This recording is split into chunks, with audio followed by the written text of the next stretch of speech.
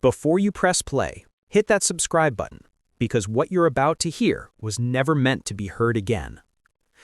The storm over Ridgefield County had rolled in without warning, thunder dull against the low-hanging clouds. Detective Neil Pearson stood at the far end of the evidence storage facility, staring at a metal shelving unit marked with red tape and a bold sign, "Archived, do not re-enter." It was supposed to be routine, a quarterly audit, nothing more. But the clerk, an intern named Rachel Mills, had flagged something odd, a box without an entry in the database. Dust-covered, its tag almost eaten away by time. Evidence Box 12, Ridgefield PD, 2009. That was the year of the Marlowe case, the one that never went to trial. Pearson swallowed hard. He'd been there, a rookie back then, too new to understand the politics that decided which evidence got stored and which got sealed away forever. He cut the tape open with a box cutter. Inside, wrapped in brown paper and police inventory sheets, sat an old cassette tape. Its label was handwritten, faded nearly white. Interview 4B, L. Garner. He frowned. The Marlowe case had no recorded interviews. Officially, the suspect, a construction worker named Logan Garner, had fled the county before they could bring him in. The file had been closed as unresolved flight. So why was there a tape? Pearson carried it to the playback room, a small gray space lined with aging computers and plastic bins. Rain tapped against the window as he fed the cassette into an old Sony recorder. Static, then breathing, slow, unsteady. Logan Garner, date March 22, 2009, a woman's voice said. It was crisp, calm, professional. Detective Ellen Marlowe. The name hit Pearson like a jolt. She was the lead investigator on the case, and she died 3 months after that recording was made. Official cause, auto accident, wet road, single vehicle. Pearson leaned forward. You said you were working late that night. What time did you leave the site? A pause. The man's voice came through, deep, hesitant. I didn't leave. I stayed. I heard something. What did you hear? A long silence. Then, the generator stopped, and then she screamed. The audio hissed. Marlowe's tone shifted slightly, professional but edged with unease. Logan, who screamed? He said, I don't know her name, but I saw her, the one from the old clinic, the nurse. Pearson hit pause. His pulse quickened. There was no mention of a nurse in any of the Marlowe case files. None. He knew because he'd gone through them all, 3 months ago, when the anniversary of Marlowe's death had stirred local interest. He checked the rest of the box. Inside were only a few unrelated items, a photo envelope, an evidence seal half peeled open, and a sticky note with 2 words, not for release. He turned the tape back on. Marlowe's voice again. You're saying she worked at the clinic near County Road 9? Yes, the one that shut down after the fire. What were you doing there? Fixing the wiring. The recording cracked with distortion, as if something had been taped over. Then Logan's voice, closer to the mic, desperate. You have to understand, she wasn't supposed to be there. Another distortion, static. Then something else, faint, almost buried under noise. A sound like footsteps. And then Marlowe's voice, again, but different. Not in interview mode, whispered, trembling. Logan, where did you get this tape? The playback cut abruptly. Pearson froze. His reflection in the glass looked pale, disbelieving. He rewound a few seconds, pressed play again. The same static, the same footsteps, the same whispered question. Nothing more. He removed the cassette, holding it to the light. Along its edge, where the reel was slightly warped, was something faintly etched in pen. He tilted it closer. 2 words. Box 13. That was impossible. There was no Box 13. Evidence boxes were numbered by case, and Ridgefield PD stopped at 12 because Box 13 was destroyed in the 2010 flood that wiped out the East Annex. But this tape said otherwise. He went to records. The clerk, Rachel, looked up from her computer, puzzled. Box 13? No, that doesn't exist. The system skips it entirely. He rubbed his temples. So where was Box 12 stored before now? Transferred from Cold Storage Annex B. But that's odd. The tag says it came back 2 weeks ago. Passed from where? Just says return to file per D. Lowell. Detective Daniel Lowell had retired 10 years ago. He now lives in Arizona. Pearson printed the signature log and left the office, rain falling harder now. His car's wipers swept away the water as he drove past the old Ridgefield Medical Clinic, now abandoned, boarded windows, graffiti across the entrance. The same place the tape mentioned. Something about that voice, Logan's words, kept looping in his mind. She wasn't supposed to be there. He parked beside the clinic's cracked loading bay. The metal door hung half open, creaking with each gust. Inside, his flashlight beam caught a network of collapsed drywall and medical tables strewn with debris. Near the back, an old examination room door still bore a sign, Audio Therapy Lab. His beam landed on something under the counter, a plastic tag half buried in dirt. He wiped it clean. It read, Property of Ridgefield PD, Evidence Box 13. He stepped back, the sound of rain hitting the roof louder now, the air thick with damp concrete. Someone had moved this evidence, brought it here, and sealed it again. But why? He took photos, logged coordinates, and called dispatch for a pickup crew. As he waited, he knelt to inspect the floor.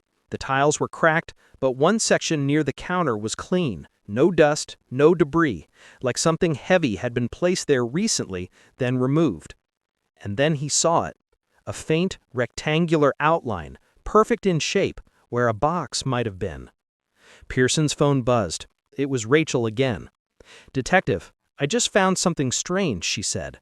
"The signature you asked me to check, D. Lowell. It's not his handwriting. I compared it to his old personnel files." "So who signed it?" She hesitated. "It matches Ellen Marlowe." Pearson froze. "That's impossible. Marlowe's been dead for 15 years. Rachel's voice was barely a whisper. Then why was her badge number used to access the archive last week? The line went silent, static flickering for a second before the line dropped completely. Pearson turned toward the doorway. From somewhere deeper inside the clinic, a faint sound began to echo, the rhythmic click of a tape recorder being rewound. He raised his flashlight, heart pounding. And then, under the hiss of rain, he heard a voice, distant, muffled, but unmistakably hers. "Neil, I told you not to listen." The next morning, Ridgefield PD looked like a storm had passed through it. Papers scattered, phones ringing, coffee stains on desks, the kind of chaos that only came when an old case resurfaced. Detective Neil Pearson hadn't slept. The rain had turned to fog, and his head was pounding from the lack of rest. He stood by the evidence lab's glass window, watching the technicians unpack the contents of Box 12. Inside were 3 items: the cassette tape, a photo envelope, and a small, folded letter that had been missed the night before. "Where'd that come from?" Pearson asked, stepping inside. The technician, a quiet man named Halverson, shrugged. "It was wedged between the flaps. You can see where it got damp, probably during the flood cleanup years back." He held it up with tweezers. The ink had bled slightly, but the words were still legible. "This isn't an accident. Someone used the clinic. Not the patients, the staff. They recorded what they heard, and then they buried it. E.M." Pearson felt his throat tighten. E.M. Ellen Marlowe. He motioned to the tech. "Log and scan everything, and make sure the playback deck from last night is isolated. I want a copy of that tape." Halverson nodded, but his expression stayed grim. "You might want to hear this first." He pressed play. Static filled the room, followed by a faint hum. Not the kind you hear from background noise, but something rhythmic, mechanical. Then came a woman's voice. Not Marlowe, not anyone Pearson recognized. Soft, distant, almost singing. "If I hum, he can't hear me."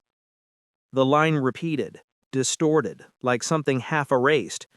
Then another voice, male, angry, close to the mic. "Turn it off, Ellen. He's still in the building." Pearson froze. That wasn't Logan Garner. That was Detective Daniel Lowell. The same Lowell whose name had been used to sign the archive slip. The tape hissed, then clicked off. The silence that followed was heavier than any sound. By noon, the station's break room had become an impromptu war room. Old case files were spread across tables, each labeled Marlowe Crash, Ridgefield Clinic Fire, and Garner Disappearance. Captain Ruiz, the department's new head since 2018, leaned against the wall, arms folded. "I don't like this, Neil. You're digging into sealed records. If Internal Affairs catches wind—" Pearson cut her off. "You said you wanted answers about why Marlowe's accident never matched the report. This is it. The tape links her to the clinic fire, and it proves Garner wasn't the only one there that night." Ruiz sighed. Then why hide it for 15 years? He looked down at the photos. One in particular showed the burned clinic's basement corridor, melted metal door, blackened insulation, and a sign half melted to the wall, Audio Containment Unit. Because whatever they recorded down there, they didn't want anyone hearing it. Later that evening, Pearson drove back to the clinic site with a forensics team. The building had been condemned, but through the wreckage they found a narrow stairwell leading to a sealed door. On its surface, char stains had formed words burned into the paint. "Keep listening." The forensics tech looked uneasy. "You sure this is safe?" "No, but we're here." They cut the lock. The smell that came out was metallic and stale, like wet concrete and static. Inside, the basement was still mostly intact. Rows of audio equipment lined the walls. Reel-to-reel recorders, switchboards, microphone stands. "Jesus," Leela whispered. "They were recording something down here. But what?" Pearson brushed dust off a desk, revealing a plaque. "Property of Ridgefield Neuroacoustic Research." He frowned. This place wasn't just a clinic. It was an experiment. Leela pointed toward a small shelf at the back. A gray plastic evidence tag still hung from one of the drawers. It read, "Recovered 2010, Box 13. Pearson's pulse spiked. "Open it." She hesitated, then pulled the drawer. Inside was a small metal case, scorched but intact, the kind used to transport microtapes. He opened it carefully. Inside was a single cassette marked in faded ink, "Garner Interview 5C." Pearson slipped it into his field player and pressed play. At first, silence. Then Logan Garner's voice, weak and shaking. "She told me to record it. Said it would help the voices stop. But it didn't stop. It got louder. The hum, the song, everything. It followed me." "Who told you to record?" Marlowe's voice, steady, clinical. "Ellen, please, you have to stop it before it reaches box 12. The playback cut to static. Pearson's skin went cold. Box 12? Leela's flashlight flickered. "Neil, did you hear that?" "What?" A faint hum, deep, mechanical, pulsing through the metal walls. He turned off the player. The sound continued. They exchanged looks. It wasn't coming from the device. It was coming from inside the walls. Back at the station, Pearson filed his report. He couldn't shake what he heard. The rhythmic vibration, like a heartbeat under the concrete. He pulled up the digital logs for Ellen Marlowe's crash investigation. The black box from her car had been cataloged under box 13, the same destroyed file. But the crash data showed something unusual. A frequency spike in the moments before the accident, like a broadcast interference. He leaned back in his chair. She was trying to erase the tapes, and it killed her. That night, unable to rest, he drove to Marlowe's old house. The place was dark, boarded, still under property freeze since her death. But there in the driveway was something that made his blood run cold. Fresh tire tracks in the mud. He stepped inside, flashlight steady, gun drawn. The air smelled faintly of ozone and mildew. The walls were lined with file boxes labeled Clinic Fire, audio logs. He moved deeper into the study. On the desk, a cassette player sat waiting, plugged into a socket that hadn't had power in 15 years. The red indicator light glowed faintly.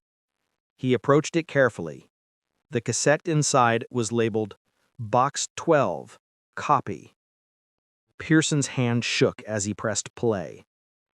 Static. Then a familiar voice. Marlowe's. If you're hearing this, it means the tapes were reopened.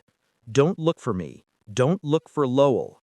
It wasn't an accident. It was containment. The clinic wasn't treating patients. It was recording what they heard, and one day it started answering back. Her voice trembled now. If they find this, they'll hide it again. They'll mark it as misplaced. Don't let them. Find what's in box 13 before they do. Then a click. Silence. And faintly, just before the tape ended, a male voice whispered through distortion. You already did. The recorder clicked off. Pearson exhaled slowly, stepping back toward the door. Then he noticed something behind him in the hallway mirror. A man standing still, face half in shadow. Detective Daniel Lowell. Except Lowell had died in 2016. Detective Neil Pearson stood frozen in Ellen Marlowe's hallway, staring at the shadowed figure in the mirror. The reflection didn't move.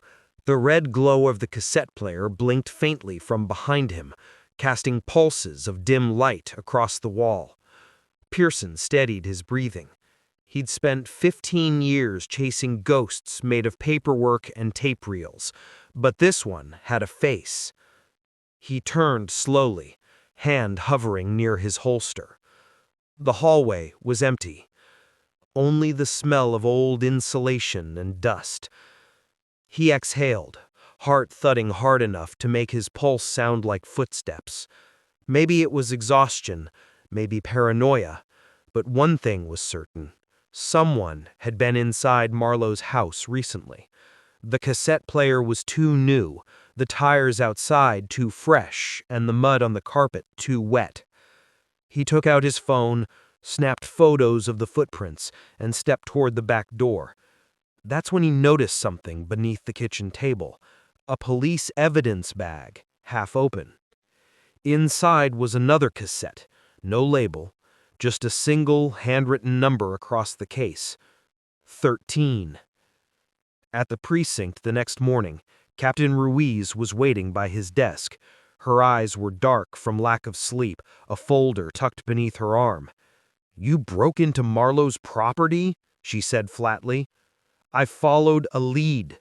There's more evidence she was hiding material related to Box 13, the clinic, Lowell." Ruiz cut him off. "Lowell's been dead for nearly a decade, Neil." He set the cassette down on his desk. "Then explain this." The captain's expression faltered as she read the number. 13. For a moment, neither of them spoke. Pearson said quietly, "Ellen Marlowe didn't die in an accident. She was silenced." Ruiz rubbed her temples. "You know what reopening a 15-year-old case means? The department gets audited. Every box, every recording, every name that touched this evidence chain gets dragged out into daylight." "Maybe that's exactly what should happen," he said. She hesitated, then nodded towards the tape. "You've got 1 hour. Then it goes to internal affairs." The forensics lab was dark except for the sterile overhead lights. The technician, Halverson, inserted the unlabeled tape into the same Sony recorder they'd used before. The reels turned with a soft mechanical sigh. Static, then a deep, low-frequency hum. Pearson felt it in his chest before he heard it, a vibration that pressed against his ribs, faint but physical. Then a voice emerged from the hiss. Test log, March 11th, 2009. Subject L. Garner reporting auditory persistence. Sequence initiated. Another hum. The sound was rhythmic, pulsing. Halverson frowned. That's not just a voice recording, it's tonal, like interference. Then Garner again, voice shaking. She told me to keep listening, said the pattern meant something. I tried, but it doesn't stop. Even when the generator cuts, it keeps playing, inside my head. A click. Then a different voice. Detective Ellen Marlowe. Calm, clinical. You're describing echo hallucinations, Logan, but you understand there's no external sound, it's internal response. Then how are you recording it? He replied, his tone broken. The tape fluttered, the audio warping like stretched fabric. Then an interruption. A third voice, faint, distant. Not from the room, not through the mic, from somewhere else. Logan, turn it off. Halverson paused the tape. What the hell was that? Pearson stared at the waveform on the monitor. Play it again. They rewound a few seconds. This time, when the voice came, they could hear Marlowe reacting to it, chair scraping, breath catching. Who said that? You did. You just did. Then chaos. The tape screeched, followed by the sharp clack of a metal door slamming, voices overlapping, Marlowe shouting for help, Logan yelling something incomprehensible, and then silence. The hum faded, replaced by another sound, a series of 3 slow knocks. And then the recording stopped. By the time the playback ended, the room felt airless. Halverson shut the recorder off. What was that sound at the end? Pearson said, room noise, maybe knocking, maybe someone else was there. Halverson rewound the last few seconds. No, look, there's no ambient bleed, it's clean. Those knocks came from inside the microphone housing. Pearson's stomach turned. He packed the tape back into its case, labeled it properly, and placed it in a new evidence sleeve. On the back, he wrote the date, April 18th, 2025. As he sealed it, something occurred to him. The sound of the knocks. He'd heard it before. 3 slow beats. Once in the clinic basement, once in the hallway mirror. Now here. It wasn't an echo. It was a signal. At 6:17 p.m., Pearson drove to the Ridgefield storage annex, where all inactive boxes were kept. The building had no windows, only cold, fluorescent lights and a night guard who barely looked up as he signed in. He found the aisle labeled 2000 to 2010 Archives. Box 12 was back on its shelf, resealed by protocol. But one spot lower, where box 13 should have been, there was a newer box. No label. Just a barcode sticker, half torn. He ran it through the handheld scanner. The display flashed an error. File conflict. Duplicate record. Box 12. He lifted the lid. Inside was another cassette, newer, digital this time, labeled Compiled 2025. He inserted it into his pocket player. A woman's voice came through immediately. Detective Pearson, you were never supposed to find this. His grip tightened. Who is this? Ellen Marlowe. The recording you're hearing isn't live. It's a composite file. We built it years ago. The clinic wasn't testing patients. It was testing listeners. What do you mean? He whispered. There's a frequency humans aren't supposed to perceive. It doesn't kill. It records. Every conversation, every memory near it is copied onto the carrier medium. The tape isn't haunted, Detective. It's alive with us. Her voice wavered now, fragments breaking into static. They buried us in the boxes. Don't listen to the end of this tape. That's where it starts again. The message clicked off. Pearson's hands trembled as he stopped the playback. He stared at the recorder, the reels slowly unwinding. Then, faintly, from the device's speaker, came 3 slow knocks. When Captain Ruiz arrived the next morning, the annex was locked down. The security guard reported no movement overnight, but Pearson's car still sat in the lot, driver's door open. Inside the evidence aisle, box 12 lay on the floor, lid removed. The Sony recorder was still running, its reels slowly spinning blank tape. Ruiz leaned close. "Turn that off," she said. Halverson hesitated. "Captain, you should hear this." He pressed play. Static filled the speakers, then a voice, weary, distant, unmistakably human. "This is Detective Neil Pearson, Ridgefield PD, April 19th, 2025. If anyone finds this recording, box 12 wasn't evidence. It was a message. And whoever it was meant for already heard it." A pause. Then his voice again, quieter, right next to the mic. "They say the boxes record what's around them, so maybe this one will record me too." 3 slow knocks. The recorder clicked off. Ruiz exhaled and looked around the empty aisle. "Seal everything," she said. "No public record, no transfer." Halverson nodded, uneasy. "What about the tape?" Ruiz hesitated, eyes on the recorder. "Mark it as lost." She slid it back into the unmarked box, sealed it with fresh evidence tape, and wrote one word across the label. "Archived." Weeks later, in a corner of the evidence storage room, a new entry was logged in the system. Evidence Box 14. Ridgefield PD. Uncategorized audio file. Status: locked. Access: pending. Content